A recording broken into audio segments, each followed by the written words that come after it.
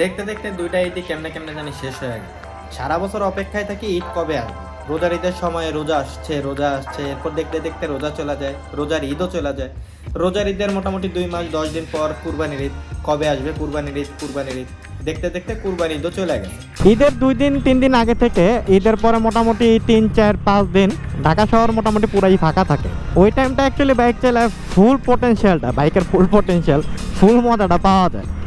But এই 2-3-4 দিন করতে করতে 7 দিন পার হয়ে গেছে ঈদের। আর সবচেয়ে বড় বিষয় হচ্ছে এইবার ঈদের পরে ফাঁকা ঢাকায় আমি বাইক নিয়ে বেরোইনি। এর পিছনে অনেকগুলো কারণ আছে, তবে সবচেয়ে মেইন কারণ যেটা সেটা হলো ঢাকায় মোটামুটি টিপ গুড়ি বৃষ্টি হয়েছে প্রতিদিনই ঈদের পরে। বাইকে কাদা লাগবে, বাইক নষ্ট হবে, জিনিসটা সেরকম না। বাট ওই যে বৃষ্টির ভিতরে অ্যাকচুয়ালি ভিজতে ভালো লাগে না, এই কারণে অ্যাকচুয়ালি বেরো আর হয় না। তবে যে জিনিসটা মিস করছি সেটা হলো ঢাকার এই ফাঁকা ঢাকার যে মজাটা, রাইডিং এক্সপিরিয়েন্সটা, এই ফাঁকা ঢাকার রাইডিং এক্সপিরিয়েন্সটা প্রচুরভাবে মিস করছি। প্রতি বছর ঈদেই ওই ঢাকা যখন ফাঁকা হয়ে যায় তখন আমরা বেরোই, আমি আর রাজীবও আছে আমার সাথে। আমি আর রাজীব যখন বেরোই তখন মোটামুটি এই ফাঁকা ঢাকার পটেনশিয়ালটা নেওয়ার চেষ্টা করি। বাট এবার রাজীব কয় ভাই এই বৃষ্টি কাদার ভিতরে কই যাবেন, আমিও কইছি ভাই বৃষ্টি কাদার ভিতরে কই যাবো। সো আনফর্চুনেটলি আর এবার হয় নাই, এবার ফাঁকা ঢাকার মজাটা আর নেওয়া হয় নাই। বাট ব্যাপার না, ঢাকা এখনও যে মানে পুরোপুরি ওইরকম হয়ে গেছে সেরকম না, একটু ফাঁকা আছে। এই যে মহাখালীতে মাত্র এই যে রিফুইল করে আসলাম, তেল নিয়ে আসলাম, তো মোটামুটি দেখলাম না ফাঁকা আছে। এখন তো মোটামুটি অফিস টাইমটা 9টা থেকে 5টা বন্ধ করে দেওয়া হয়েছে বহুত দিন পরে। তো এখন কয়টা বাজে, এখন বাজতেছে অ্যাবাউট কটায় গড়ি কথা কর 5:30টার মতো বাজে। তো 5:30 হিসাবে এখনও এই যে বনানি সিগন্যাল টিগন্যাল সবই ফাঁকা লাগতেছে। মানুষজন এখনও ঢাকা শহরে আইসা পারে নাই। আর সবচেয়ে বড় কথা আজকে ওই সরকারি ছুটি, তো যার কারণে ফাঁকাটা এখনও একটু ফিল পাওয়া যেতেছে, ফাঁকা ঢাকার ফিলটা এখনও পাওয়া যেতেছে। তবে কালকে থেকে আর ফাঁকা ঢাকা থাকবে না। ঈদের পরবর্তীতে যে মজাটা ফাঁকা ঢাকার সেটা শেষ। আর ফাঁকা ঢাকার ভিতরে বাইক চালাইলেও কেমন একটা ফিলিংস আছে, বাইকেও মানে খুব সুন্দর কথা শোনে, বাইকের সাউন্ড চেঞ্জ হয়ে যায়। আজকে তেলটাও মোটামুটি ভালো পড়ছে। এই পর্যন্ত চালা আসলাম ফাঁকা রাস্তায়, 62 করে মাইলেজ দিতেছে, গুড, ওভারঅল ভালোই। বৃষ্টি হইলে মাইলেজটা কমে যায়, বৃষ্টি হইলে এই যে ফুয়েলে মনে করেন একটু পানি টানি মিশা যায়। ফুয়েলগুলো তো অ্যাকচুয়ালি ভূগর্ভস্থ ট্যাঙ্কিতে রাখা হয়, তো এখানে কিছু না কিছু পানি একটু হইলেও মেশে। তো যার কারণে দেখা যায় কি ওইভাবে না তেলের যে পিউরিটিটা, আমাদের দেশের তেলের পিউরিটি এমনি অনেক কম, প্লাস হলো যে বৃষ্টি হইলে তেলের পিউরিটিটা না একটু হইলেও কমা যায়। ঢাকাটা সবসময় এরকম ফাঁকাই থাকতো, যদিও ঢাকা এরকম ফাঁকা আর কোনোদিনও সম্ভব না। ঢাকা যতদিন যাইতেছে তত জনসংখ্যা বাড়তেছে, ততই বসবাস অযোগ্য নগরীতে পরিণত হইতেছে। এটা পসিবল না। একটা সময় ছিল পসিবল ছিল, বাট এখন আর সেটা পসিবল না। বিকজ অফ এখন যত অফিস আদালত, নতুন ভবন, বিভিন্ন ধরনের ব্যবসায়ী প্রতিষ্ঠান সবকিছুই ঢাকা কেন্দ্রিক হয়ে গেছে। বাট এই জিনিসটা যদি চেঞ্জ করে প্রত্যেকটা বিভাগীয় কেন্দ্রিক করে দেওয়া যেত, হয়তো বা কিছুটা হইলেও ঢাকার উপরে চাপ কমানো যেত। বাট এখন আর সেটা পসিবল না, এখন আর হবে না, এটা আর সম্ভব না। আর সবচেয়ে বড় বিষয় যেটা সেটা হলো কি ওই ঢাকায় লোকজন থাকার জন্য আবাসনের ব্যবস্থাটা ওইভাবে এখন এই গাছপালা কাটা জায়গায় ভরাট করা হইতেছে। বছর 10 আগে ওইগুলা ছিল না। বাট এই যে এখন এই মোটামুটি ঢাকায় লোক আসতেছে, লোকজন ভরার জন্য কবুতরের খোপও বানানো শুরু হয়ে গেছে। মানে আসলে যে মানুষের থাকতে কষ্ট হবে জিনিসটা সেরকম না, এখন খালি দালান কোঠা শহর হয়ে গেছে। অ্যাকচুয়ালি প্রাণের শহর ঢাকা না, সেই জিনিসটা এখন আর নাই। কি বন্ধু তুমি কি করলে? এটা দেখলাম কারে মেসেজ করে দিও, বস দিব ভাইয়া।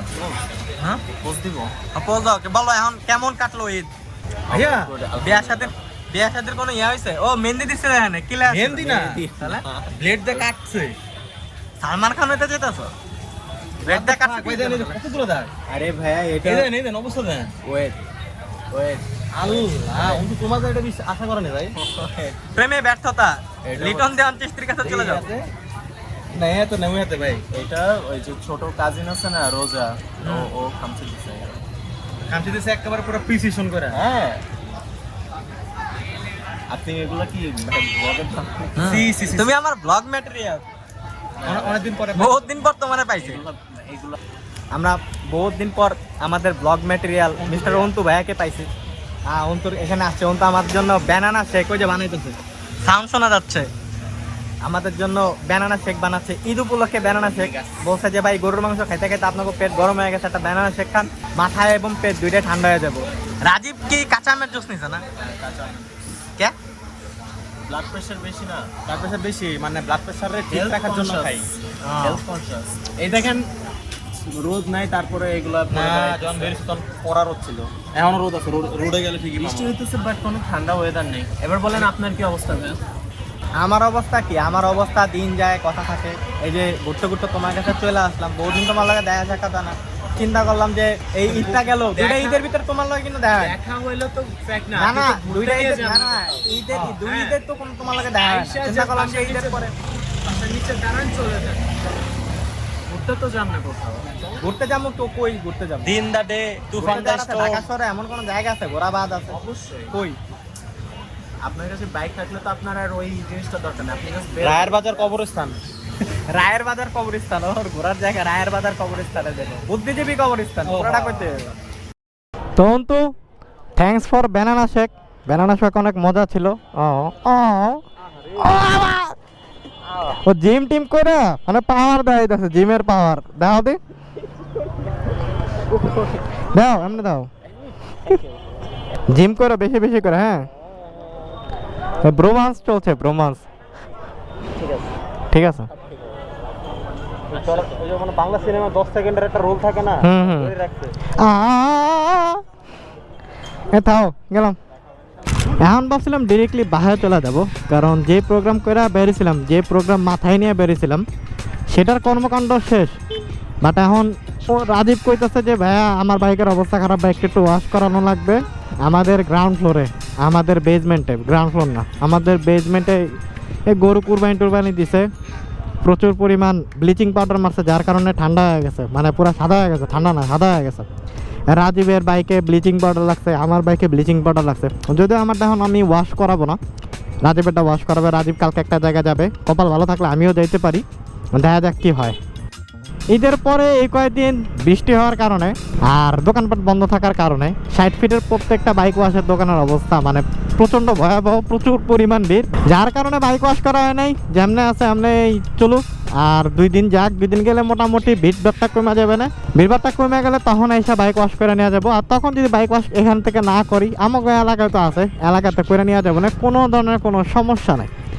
এখন ঘটনা হলো কি, ঘটনা হলো কি, এই গেল ব্লগ, আর কিছু নাই, ব্লগ শেষ। So that's all for today. দেখা হচ্ছে সামনের ভিডিওতে, সেই পর্যন্ত সবাই ভালো থাকুন, সুস্থ থাকুন, চাও।